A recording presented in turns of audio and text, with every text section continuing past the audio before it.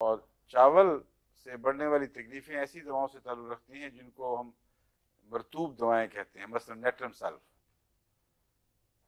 Natrum sulph natrum more की तरह एक नमक का सॉल्ट, नमक इसका सॉल्ट है सोडियम का। सोडियम में जो ज़्यादातर हमारे इस्तेमाल होते हैं सॉल्ट्स, एक है सोडियम, यही नेट्रम के हवाले से याद है, नेट्रम क्लोराइड, वो इतना नहीं, नेट्रम सल्फ, नेट्रम म्योर और नेट्रम कार्ब। सोडियम कार्बोनेट और सोडियम क्लोराइड और सोडियम सल्फेट।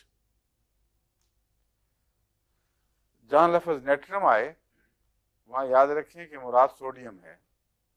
अब जो सोडा बाई कार्ब घर में इस्तेमाल करती हैं कई दफ़ा पकौड़े बनाने के लिए, कई दफ़ा वो खट्टे डकार ठीक करने के लिए, वो यही सोडियम यानी नमक का एक नमक की एक किस्म है।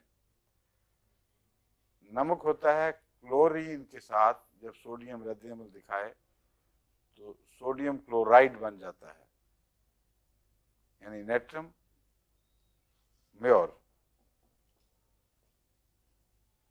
म्योर कहते हैं असल में तो समंदर को, मैरा, पुराने इंग्लिश में मैर और मैरा समंदर को कहा जाता था।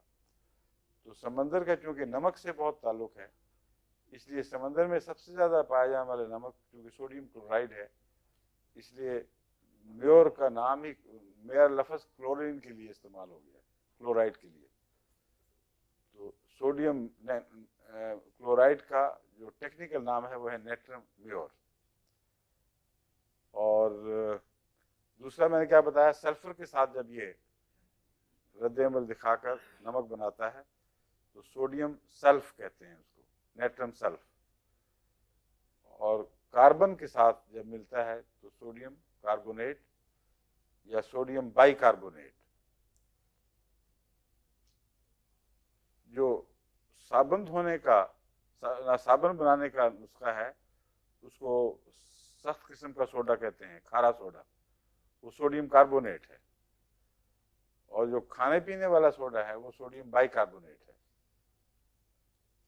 इसलिए सोडियम कार्ब और सोडियम बाइकार्ब को अलग रखें।